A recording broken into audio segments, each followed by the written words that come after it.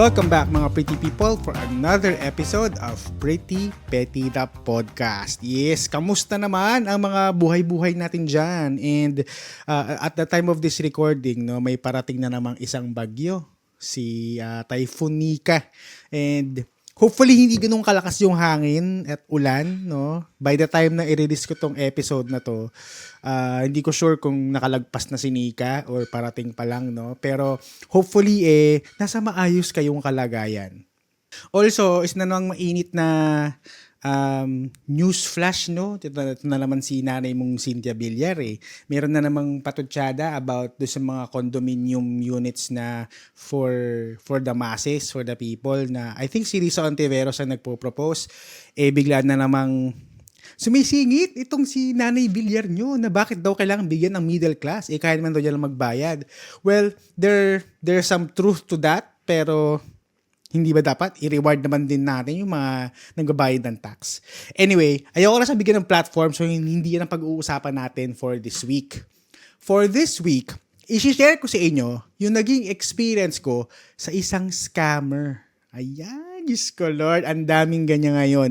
So, pag-uusapan natin yan in a bit. Tapos, maglalabag na rin tayo ng mga tips kung paano makakaiwas sa mga scam or kung paano makaiwas na maging victim ng mga scammers at fraudsters na to. Kaya better to listen to the full episode hanggang sa dulo. Huwag yung puputulin nyo sa gitna tapos di na kayo makikinig. Ay, hahabulin ko kayo talaga sa panaginip ninyo. Ay, nakakaloka. Pero bago tayo pumunta dyan, magpapakilala muna ako sa mga bago lang dito sa podcast.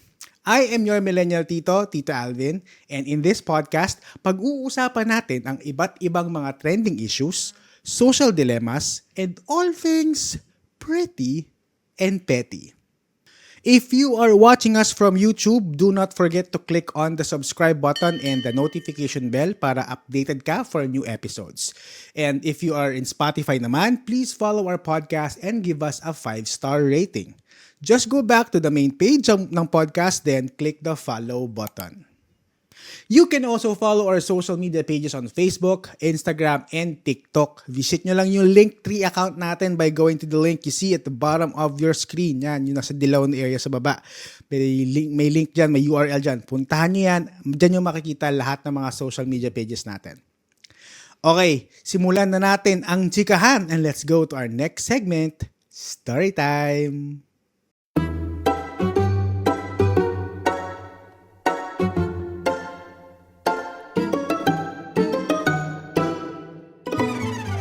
Alright, saan ko ba ito sisimulan? Nangyari sa akin to siguro around September. So, I was just doing my normal thing, normal na ginagawa everyday. Tapos, may tumawag sa akin na unknown number. Pagsagot ko, na nagpakilala siya as Patrick Quinto and isa daw siyang supervisor sa Union Bank. Meron daw nag-a-attempt na i-access yung funds ko sa account ko. So, medyo nag-worry ako kasi yung Union Bank ko, yun yung ginagamit kong bank account for my business. So, tinanong ko kung paanong tinatry na i-access yung account. Okay? May mga sinabi siyang mga terms na hindi ko ganun naintindihan mga masyadong technical terms Pero in a nutshell, yung fraudster daw is trying to log into my account. Di lalo akong nag-worry. Lalo akong nag-alala. Kasi baka nalimas na yung laman baka successful siya tapos nilimas na yung laman ng account. So tinanong ko siya kung intact pa yung laman ng account. Sabi niya, intact pa naman daw. Pero para sure na hindi talaga maa-access yung account ko, need ko daw i-deactivate yung account tapos gagawa niya ako ng bagong account tapos itatransfer ko dun yung laman. Gets ba? Itatransfer ko dun yung laman ng account ko. So, sa talang buhay ko, and bilang nag-call center agent tayo before, bilang technical support din dati, ngayon lang ako nakarinig ng ganong klaseng solution, especially coming from a bank. Medyo weird. Weirduhan na ako ng konti, ng very, very light. So, may mga follow-up questions pa siya sa akin like, sinubukan ko daw bang i-access yung account using a public wifi sa mga malls, ano bang mga devices yung ginagamit ko to access the account, etc. So, kasi yun daw yung ibang possibilities kung paano ma-compromise at paano makuha yung login credentials ko. So, while we are having this conversation, I tried to log into my Union Bank account to see kung meron mang notification ng failed logins. Usually may ganyan yan eh. 'Di ba? Kapag nag-login ka, may nag-try mag-login or nag-fail mag-login, tapos after a while naging successful yung login mo, meron yan usually alert na may failed attempt. Normally ganyan, 'di ba? So tinry kong mag-login do sa Union Bank account to check if there is a notification of a failed login attempt. Or para din i-check kung wala nang laman yung account. Pero pag login ko, mukhang okay naman lahat. Walang failed login notification, intact naman yung laman. So medyo lalo na akong nagduda dun sa kausap ko. So ako na yung nag-take over na conversation. Tinanong ko siya kung paano yung magiging proseso from start to finish. Yung sinasabi niyang pag-deactivate ng account at pag-transfer ng funds. Sabi ko kasi may paggagamitan akong ng funds in the next few days, so hindi pwedeng deactivated yung account ko, pero chenes lang yun. Tinanong ko din siya kung paano nila nalaman na may ganong klaseng activity na yung account. Ang sabi niya, may alert daw siya sa system nila na may nag-a-access nga sa account. Ang tinanong ko doon is, bakit kayo may alert? Ako, wala. Hindi ba dapat ako rin i-alert din nyo ako? Diba? Kung totoong Union Bank kayo, dapat ina-alert nyo din ako na may failed login attempt, no? Hindi lang kayo. So, tinanong ko siya, bakit wala akong na-receive na email or text or app notification na may failed login attempt? Okay, makikita ko daw sa app yun, yung notification. So, tinanong ko, saan sa app? Kung nakalogin ako sa app ngayon, saan dito sa app? So, meron siyang mga sinasabi sa aking steps. Punta daw ako sa menu, click ko daw yung mail, something like that. Pero alam ko this time, he's just pulling straws out of nowhere. Punta daw tulad sabi ko, punta daw ako sa menu, tapos meron siyang parang sinasabing mail or something. Eh wala namang ganun sa Union Bank app. Walang mail option, walang word na menu, parang hamburger icon lang. So ngayon alam ko na medyo parang weird tong kausap ko So by this time, narinig pala ni Jowa, yung may kausap ako sa phone, and narinig niya yung conversation namin. So while I'm having this conversation with this person, hiningi niya sa akin yung phone number. Tapos, sinearch niya sa Google yung phone number. And lo and behold, scammer nga ang hinayupak. Apparently, may mga nag-post na din sa Reddit na ganitong klaseng modus operandi, no? Same phone number, same name. Parehong pangalan ang ginagamit niya pang scam. So, unfortunately kasi hindi ko na nakuha yung phone number. Wala na siya sa records ng phone ko. Pero try kong hanapin para ma-share ko siya sa inyo. Para abangan nyo na baka kayo naman ang tawagan. Pero when we search for the number sa Google, lumabas yung number niya at yung name niya na Patrick Quinto.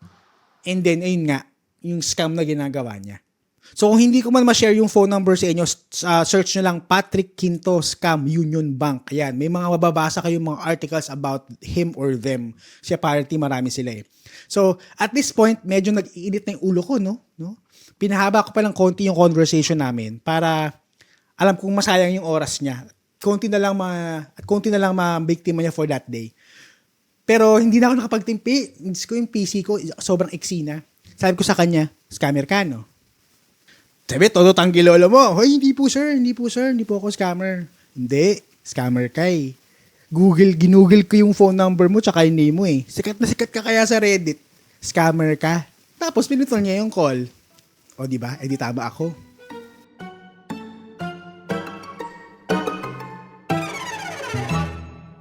O diba, nakakagalit. Nagbingit-ngit ako sa inis after ng call na yon.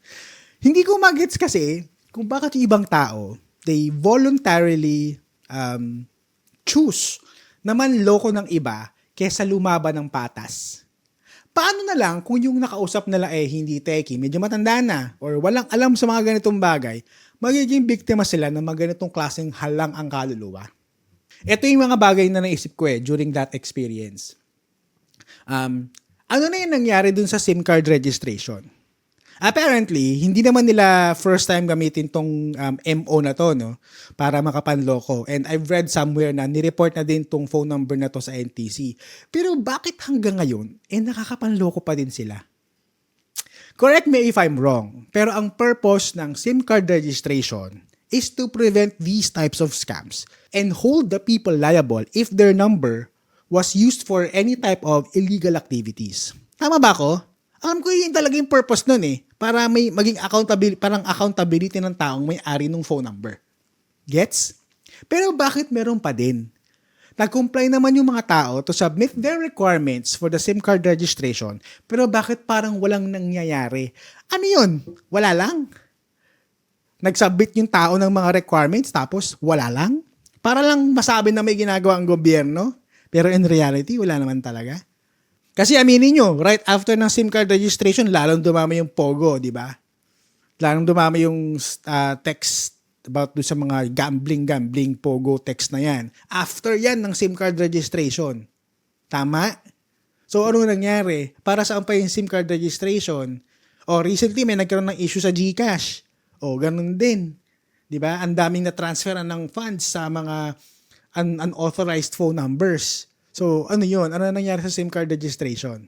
So, parang wala lang. Isa pa sa mga naisip ko is, paano nila nakuha yung name and number ko? And paano nila nalaman na may Union Bank account ako?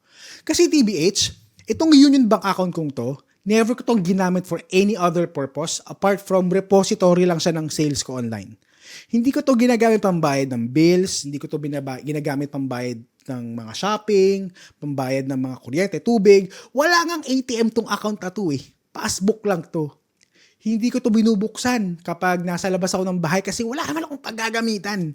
Binubuksan ko lang itong mobile app ko pag sa bahay lang ako to check kung pumasok na yung mga funds. Kung pumasok na yung mga pera from Shopee or Lazada and whatnot. So, paano mako-compromise yung information ko kung very limited lang yung ginagalawan ng account? Sige nga, tulungan nyo akong mag-isip. Kung may naisip kayong paraan or way kung paano ma-compromise yung account ko, please paki-comment sa baba para maliwanagan ako. Baka meron akong hindi naiisip eh. Pero, again, walang ginagalawan tong account na to. As in, sobrang secured nitong account na to para ma-compromise yung information ko like name, phone number, at meron akong Union Bank account. Ang naisip ko noong una, baka may isang halangang kaluluwa na sumubok i-hack ang system ng Union Bank. Tapos, nakuha niya yung name and contact numbers ng mga account holder. Ba? Posible naman yan eh. May mga hackers na makukuha yung mga basic information lang. Hindi sila makakapasok sa mismong account. They will only get the basic information. So, since meron na siya ng info na yon, pwede na niyang gamitin na pang-scam. Worst case scenario eh, baka may inside job na nangyayari. Naku, yan yung pinakamahirap. Kapag yung kalaban mo mismong taga dun sa financial institution kung saan ka naroon. Ito, don't quote me on this ha. Ito, theory ko lang to, haka-haka ko lang to. Pero, baka meron kasing someone from Union Bank mismo na naglalabas ng info ng mga account holders sa mga scammers. Alam nyo, may mga ganyang MO yung mga ibang scammers eh. Binibili nila yung mga personal info ng mga account holders from a person from the inside. So maybe, baka si Union Bank, ganun din. May si scammer, may pinagbilhan na, na account. Uy, ikaw, tagaloob ka, di ba? Bilhin ko sa'yo yung mga account information. 1,000 pesos per account info. Siyempre, kung ikaw 1,000 pesos, kung meron ka namang access sa daan-daang libong account holders, di ba? Why not? I don't know. Di ko alam. So, maybe, yung Union Bank, or all banks and other financial institutions in general, they need to tighten their security measures to protect their clients' information. Ito, hindi lang yung tightening ng security from the outside, from the outside of their system, but also from the inside. Kasi mahigpit ka yung security measure mo from the client's end sa apps, paglagay ng password, sa mga face app, ganyan-ganyan, face recognition. Pero yung sa loob pala mismo, hindi secured. Sa mismong database repository na lang, hindi secured yung security doon. Eh di wala din, 'di ba? Parang engot lang.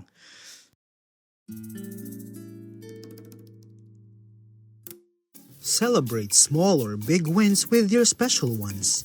Come to Brew Brothers Cafe, located at Ascension Avenue, Lagro, Quezon City. Also available through GrabFood and Food Panda. Brew Brothers Cafe, your destination for celebration.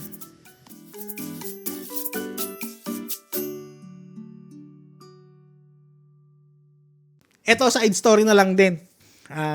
Hindi man ako nabiktima nitong Union Bank scammer na to, no? Pero nabiktima ako ng ibang scam. Unfortunately, nabiktima ako ng ibang scam. So, familiar ba kayo dun sa Tungaga? Nako, it rings a bell. Nako, iba dyan. Kung nabiktima din kayo ng Tungaga, sorry ha, kung binabalik ko yung sakit at pait na mga nangyari. Basta yung pala, nagsosorry na ako. Baka kasi nakamove on na kayo sa mga nangyari, tas ito ngayon kinakalkal ko ngayon yung issue. Pero, sa mga hindi nakakaalam, okay, yung Tungaga, isa siyang website or app, I don't know, na they will pay you money just by watching videos. O, di ba? Ganun lang kadali. Manonood ka lang ng mga videos, magkakapera ka na. Take note, hindi pa buong video, parang part lang, parang 1 minute, 2 minute lang nung video, tapos next video ka na. So, mabilis, madali. Yun ang claim nila. So, magkakapera ka na. Pero ang catch is, kailangan mo magbayad ng certain amount para magkaroon ka ng account. Parang joining fee. Okay? May iba't ibang tier levels din yan eh. May mataas na level, ibig sabihin, mas mataas ang joining fee, pero mas maraming videos yung pwede mong panoorin. So in return, mas mabilis mong mababawi yung investment mo. So eto na, nag-join ako. Alam ko, nakikinig din ng podcast yung nag-invite sa akin eh. Tsaka iba niyang na-invite eh. Pero don't worry, hindi ko naman siya sinisisi, no? So kung nakikinig ka man, hindi kita sinisisi. Kasi alam kong biktima ka lang din ng mga pagkakataon, so huwag kang mag-alala. So ito na, nag-join ako. Nagbayad ako ng basic plan just to test it out. No? After the first week naman, mukhang okay naman kasi nakikita ko. So, yung earning ko, nakikita ko nag-accumulate, madami siya, and medyo mabilis nga ang pag-earn. Medyo weird lang yung pinapanood kasi parang ibang language yung pinapanood, parang Latino yung mga pinapanood mong videos eh. Pero, meron na, Diyos ko, 2 minutes lang naman. So, dumaan yung second week, and everything is okay. Wow, parang promising. Yes. Marami na rin mga nagpo-post online sa Twitter na nakapag-withdraw na sila ng earnings nila. So, may mga proof na nakakapag-withdraw sila. So, mukhang legit. Mukhang legit. Tapos ito na, isang araw, hindi na ma-access yung website. So, medyo nagpanic yung mga tao. Baka down lang yan. Down lang daw yung servers. Pero babalik din in a couple of hours. Dumaan yung ilang hours, 4 hours, 6 hours, hanggang isang buong araw hindi ma-access yung website. Pero optimist pa rin yung mga tao, down lang yung system, babalik din yan. Ito na nga, ilang araw na, hindi pa rin bumabalik. Down pa rin yung website. Hanggang sa may mga nag-imbestiga ng mga tao, hanggang sa napag-alaman nilang, scam ang Tungaga. So may mga ginawa silang investigation na nagpapatunay na scam siya, like yung website registration, hindi siya registered sa SEC, yung mga ganyang klaseng bagay. So, ayun, maraming taong nabiktima. Swerte naman nakapag-withdraw. Ako, hindi ako nakapag-withdraw kasi iniipon ko pa nga pinapalaki ko pa Pero, wala, ganun talaga. TBH, hindi ko na matandaan kung magkano yung tinapon kong pera doon. Pero, charge to experience na lang. So, kung curious ka kung anong nangyari, Google mo na lang yung Tungaga scam. Okay, T-U-N-E, Gaga. So, lahat ng mga tao dito turn gaga over it. Marami kang makikitang articles about it. Okay, ngayon, mabalik tayo. Paano ba tayo makakaiwas sa mga ganitong klaseng scam? Ano ba yung mga pwede natin gawin para hindi tayo mabiktima ng mga modus?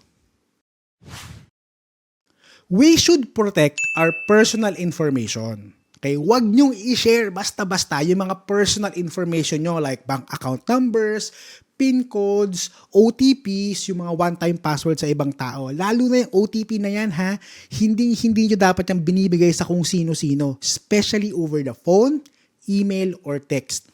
Ang OTP na yan, para lamang sa inyo yan. Ang purpose yan is to verify na kayo talaga yung gumagawa ng process. Okay, dapat kayong gumagawa, kayo nag-i-input ng OTP na yan. So the moment na may ibang tao, lalo na kung hindi nyo kilala, ang nanghihingi ng OTP, huwag nyong ibibigay at magdalawang isip ka na kung legit ba yung kausap nyo. Don't click the link. Bago kayo mag-click ng link from any email or text message, siguraduhin nyo muna na legit yung source ng email or message. Or better yet, bago kayo mag-click ng kung ano-anong link na nare-receive nyo, i-research nyo muna kung scam ba yan o hindi. O kaya wag nyo na i-click. Tawagan nyo yung bangko nyo. Libre naman ng Google para mag-research. Kung wala kang makitang article sa Google, yun, tulad ng sabi ko kanina, try nyo tawagan yung company na nag-send sa'yo ng link and verify kung legit ba yung na-receive mo. Okay? Yung mga scammers ngayon, sobrang galing nila ngayon. Mukhang legit yung mga emails. May mga pictures, may mga banners na mukhang legit. Okay? So, yung sinesend nila sa inyo, mukhang totoo. Pero, if you look closely sa mga link, may ilang characters doon na medyo naiba yung font, naiba yung size, medyo kakaiba yung email address. So, maging maingat sa mga ganitong klaseng nare-receive na emails at wag na wag basta-basta mag-click ng link.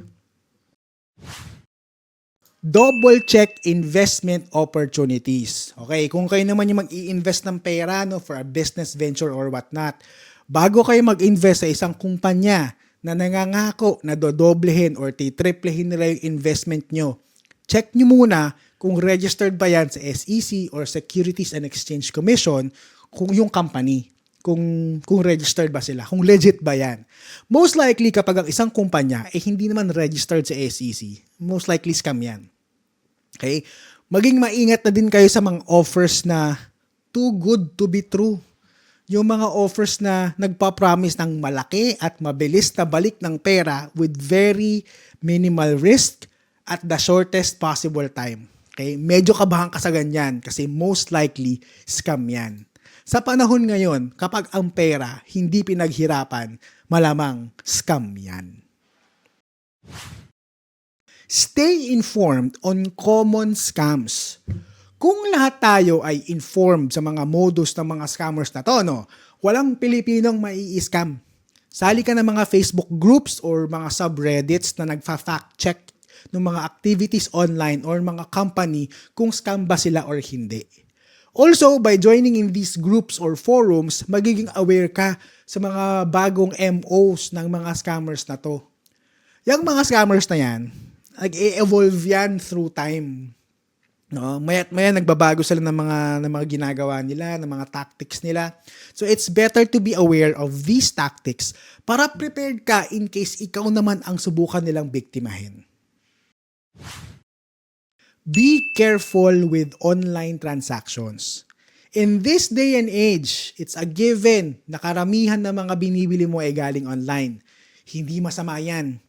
Part yan ng advancement ng technology. Just make sure na if you choose to purchase anything online, only transact from reputable online stores and platforms. Kung hindi kilala ang online platform, mag-double check and research muna, okay, bago mag-process ng payment sa kanila. Kung sa tao ka naman makikipag-transact, Facebook Marketplace, okay, yung mga tao-tao lang, carousel, ganyan. Make sure na yung taong bibilan mo is legit. Read reviews from past buyers or hingi ka ng proof of transaction from their past buyers. When paying through credit cards naman, make sure na their website has an SSL certificate or padlock icon before you enter your financial details. Again, mabuti nang mas maingat sa pag-enter ng mga details na to kaysa sa bandang huli magulat ka na lang na may gumagamit ng iba ng credit card information mo.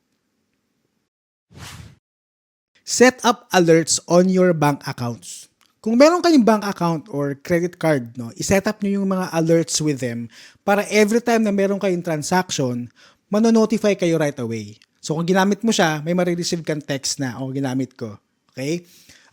Kung may na-receive kayo notification pero hindi nyo naman ginagamit yung card, okay, o yung bank account nyo, di alam nyo na. Someone is trying to use your financial information. So, magagawa mo na kagad ang paraan. Okay, bago mahuli ang lahat, pwede mo nang tawagan kagad yung bangko mo, pa-block mo na yung card mo, and report mo na yung nangyari. Okay? Kesa yung malalaman mo na lang, nagamit na nila yung card, nagastusan na nila ng kung ano-ano, bago ka pa pang mag-report. Usually, pag ganun, hindi mo na ma-reverse yun . So, mabuti na mas maingat. Establish a trusted contact person from your bank. If possible, get an account manager or a contact person directly from your bank to verify any issues with your account. Yung mga scammers na nagpapanggap na they are from your bank, they will sound very charming. Ang charming nila pakinggan, they sound very concerned kung may problema yung account mo. So, don't provide any info to these people, but instead, call your bank person and verify if the call you receive is legitimate or not. Okay, siguro sa mga tips na yan, maiiwasan na nating maging victim ng mga fraudsters and scammers na yan. Unfortunately, meron talagang mga taong maiitim ang budhi na instead of working their ass off to earn money the legitimate way, mas pinili nilang manloko ng ibang tao para kunin yung pinaghirapan nilang pera. Hayaan nyo, may special place yung mga taong yan sa impyerno. Their actions and motives are actually way beyond petty na. Sobra na siyang kriminal. Ayan. Ngayon, since usapang scam, hindi kasama dito yung jowa mo nagpabili sa'yo ng motor tapos nung nakuha na niya yung motor, iniwan ka na lang sa ere. Hindi scam yun. Katangahan yun, besh. Although may mga ganyang klase ding scam kung saan binivictimize nila yung mga taong vulnerable pagdating sa usaping pag-ibig. Pero that's a topic for another episode. Also, alam ko nag-promise akong house tour ang gagawin natin this week, pero may konting schedule issues So hindi pa magawa masyado. Gusto ko pulido yung paggagawa ng house tour. Mag-house tour na lang din lang. Di gandahan na natin. So, wait lang kayo. Hopefully next week, malabas na natin yung house tour natin o yung condo tour natin. Okay, so balik tayo sa scam, balik tayo sa pag-iwas sa mga scam, Basta, ang importante is, we stay vigilant in these kinds of activities. Mga tatawag, magte-text, mga ganyan. Let us be aware and on guard all the times, especially kung ang pinag-uusapan ay yung pinaghirapan nating pera. Tandaan mo, nagpagod ka, nagpuyat ka, dugot pawis ang nilaan mo para kitain yung perang yan. Iipunin mo for a special thing, for your future as your emergency fund, magpapakasal ka, magkakaanak ka, pang funds ng anak mo, tapos nanakawin lang ng iba. Masakit yon. Sobrang sakit nun. So, mas maganda na maingat tayo sa mga ganitong klaseng bagay. Hanggat kaya nating i-prevent ang mabiktima ng scammers, gawin natin. So, lahat ng measures ng pag-iingat, gawin natin.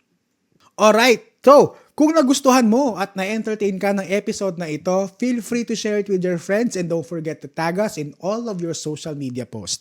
Okay? Huwag na din kayong mahiya to follow our Facebook, Instagram, and TikTok accounts by going to the link you see at the bottom of your screens. Or kung sa audio ka lang nakikinig, just go to linktr.ee/prettypettythepodcast.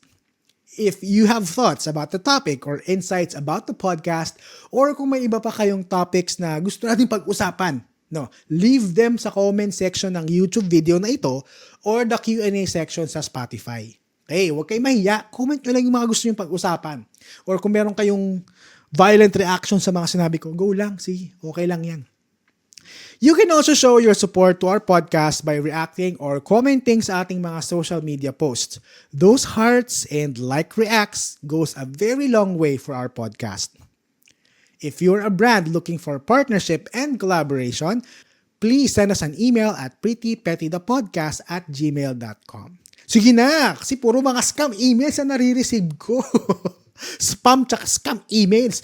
So please, mga brands dyan, baka naman, kailangan bawiin yung pinambayad dito sa condo. Okay, and with that, lagi nating tatandaan to always stay pretty at wag maging petty. Bye-bye!